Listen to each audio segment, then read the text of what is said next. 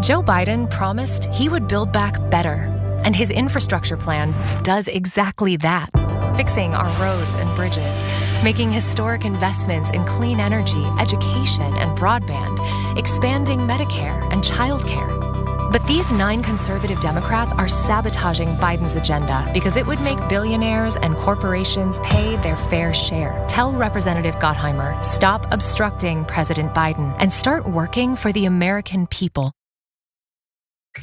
Okay, so that's a fun, you didn't expect that little turn at the end there. So that's a progressive group that's done a 6-figure ad by targeting Gottheimer, who's one of those 9 centrist Democrats. Centrists don't exist. I'm just gonna put that out there. I guess it's controversial. It's not actually a thing. He's a conservative Democrat. And they've made versions of those ads targeting people like Henry Cuellar and others to play in their districts to try to put pressure on them to stop standing in the way of Biden's agenda. Now, that said, Francesca, the start of it is like, Biden's the best, he's got plans. And that, I didn't necessarily agree wholly with, but I like the way they're putting pressure on these conservative Democrats from the perspective of, look at them stopping our great president, Joe Biden. What do you think of that as a tactic? I think it's a great ad. I am a little annoyed that it has to come from the Justice Democrats, right? I think Justice Dems is a progressive organization. They've primaried successfully many conservative Democrats.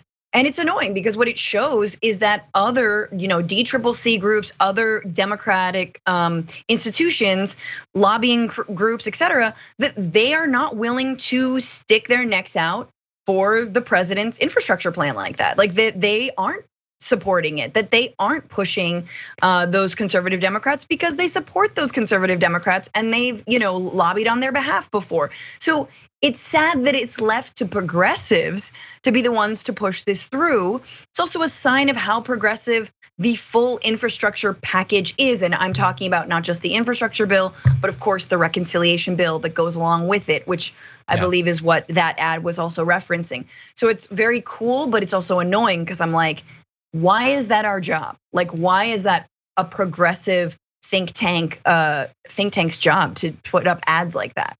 Well, because look, I think one of the reasons I think I'm trying to fight back against the concept of centrists and moderates and all that BS is that it is not a middle point between 2 extremes. It is its own extreme. It is an extreme defense of a do-nothing status quo that benefits those who are already in positions of economic and political power. Sure. And that is what they are fighting for.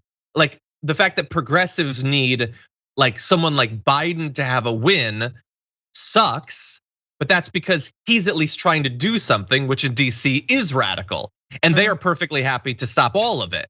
Now that said, this group of 9 conservative Democrats apparently are having a few issues. David Dayen of The Prospect says they've learned that several of the 9 conservative House Democrats who insisted in Nancy Pelosi that they would not vote for a budget resolution without a vote on the bipartisan infrastructure package have flipped. They are no longer 9 Dem holdouts. We don't know who, we don't know how many, but that is what David Dayen is reporting. He goes on to say that the situation is very malleable and fluid, but that House progressives' firm support for delaying a vote on the bipartisan bill until the reconciliation one is ready appears to be paying off. Now, there's a few more details. The Washington Post reported just yesterday that some of the 9 sought to negotiate a potential end to the standoff with Democratic leaders, which might indicate that they don't think they can go all the way on this. And very interestingly, this is one of my favorite Pelosi anecdotes for a while. During a House Democratic leadership call last night, she mocked Gottheimer's effort as amateur hour, pledging to push ahead despite his threats to stop the legislation. Pelosi is not, these are the words of Ryan Grimm and his co-author at The Intercept, not known for miscounting votes, suggesting that she is confident that enough of Gottheimer's 8 co-dissenters will not stick with him. She's known to work the phones relentlessly and leaves little to chance. Yep. So that's funny, amateur hour, but. Nancy Pelosi does a few things well, and one of those things is whipping votes. And here's the thing, there was a lot of hand-wringing for, on progressive representatives for why they supported Nancy Pelosi as Speaker of the House. Now look what's happening. They've put pressure on Pelosi to say, we're not gonna vote for this reconciliation, for the infrastructure bill unless you also, unless the reconciliation bill passes first, right? That's exactly what they did, and Pelosi is on board. She got on board. These are progressives who supported her for being Speaker of the House, and now she's sticking it to the moderates, so-called moderates, or the conservative Democrats. So it's like this is paying off. We will see if it fully pays off, but it looks like it is. And Nancy Pelosi being on the side of the progressive representatives is a big win, in my opinion.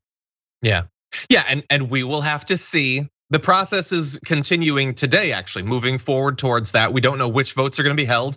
And we have no idea in the end if enough of these conservatives will continue to oppose the deal. We know still that people like Kirsten Sinema were reminding everyone today that they're not going to support the reconciliation bill as it is. So this is far from over. It's going to be one of the main things we talk about over the next few months. But at least as of right now, weirdly, having Nancy Pelosi on our side seems to be good. Anyway, more coming up after this. For more political news breakdowns, interviews, stories of activism, and me trying my hardest to care about the occasional big celebrity news story, subscribe to our YouTube channel at youtube.com/thedamagereport. And you can ring the bell wherever it is so you don't miss anything.